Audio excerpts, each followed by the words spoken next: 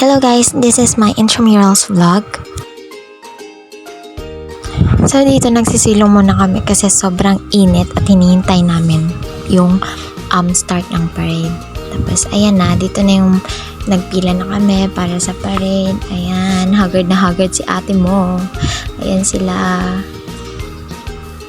Wow naman, feel na feel talaga ni ate yung shades niya. Props din namin kasi talaga yan guys para doon sa sayaw. So, ayan. Sinuot ko na lang kasi sobrang init. At ayan, nung nakapasok na kami sa loob dahil pipila kami doon sa field para ibilad na parang daing. Joke lang.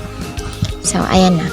Ang department pala namin is BHT Department, stands for Business, Hospitality, and Tourism Management. At yan, si ate ko, feel na feel lang shades. Tinan mo, kalang matangos ang ilang. At dito, paunahan sila erase yung flag. So, raise of flags to kada department, ganun. Nandito po kami nakaupo kasi may pledge of sportsmanship pa raw kami kasi may mga laro kami. Wow, athlete yan. Actually, nagsali lang naman talaga ako ng laro para sa libreng pagkain. So, ayan na nga, naghihintay pa rin kami dyan kasi ang tagal-tagal nilang mag-start. Ang dami pa nilang pinag-uusapan. Nagsapi na lang ako ng notebook niyan sa inuupuan ko kasi sabi ni mama, pangit daw mag-upo sa mainit kasi baka mabalisaw-saw. Alam niyo na yun. At yan na nga, wow, nag-i-enjoy si ate. Alam niyo, kahit pagod na pagod kami, ini-enjoy ko pa rin yan kasi yan lang yung time na nakakalabas ako pag may activity sa school. Wow! Hindi ko na rin pala na-videoan yung raise of flags ng kada department. Ang na-videoan ko na lang is yung field demo ng basic ed. After niya, nag-pledge of sportsmanship na rin kami. Hindi ko na rin na-video yung pledge of sportsmanship namin kasi nag-pledge kami nun. At ayan na yung cheer dance competition niya yung criminology department. Oh, sana all magagaling mag-cheer dance. Sana nga talaga. Gusto ko rin sana sumali ng cheer dance kaso hindi talaga ako dancerist tapos hindi pa ako flexible. Hindi ko alam kung saan ko ilulugar yung sarili ko. Ganon. Ayan yung department namin, BHT department.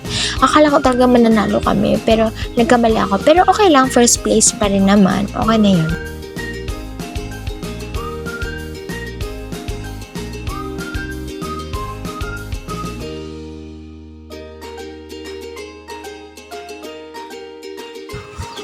Ito pala yung Education Department.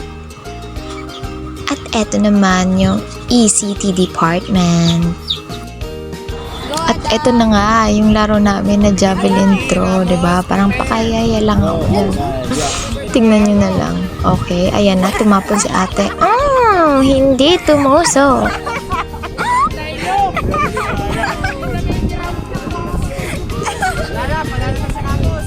Calculator lang kaya niya ata.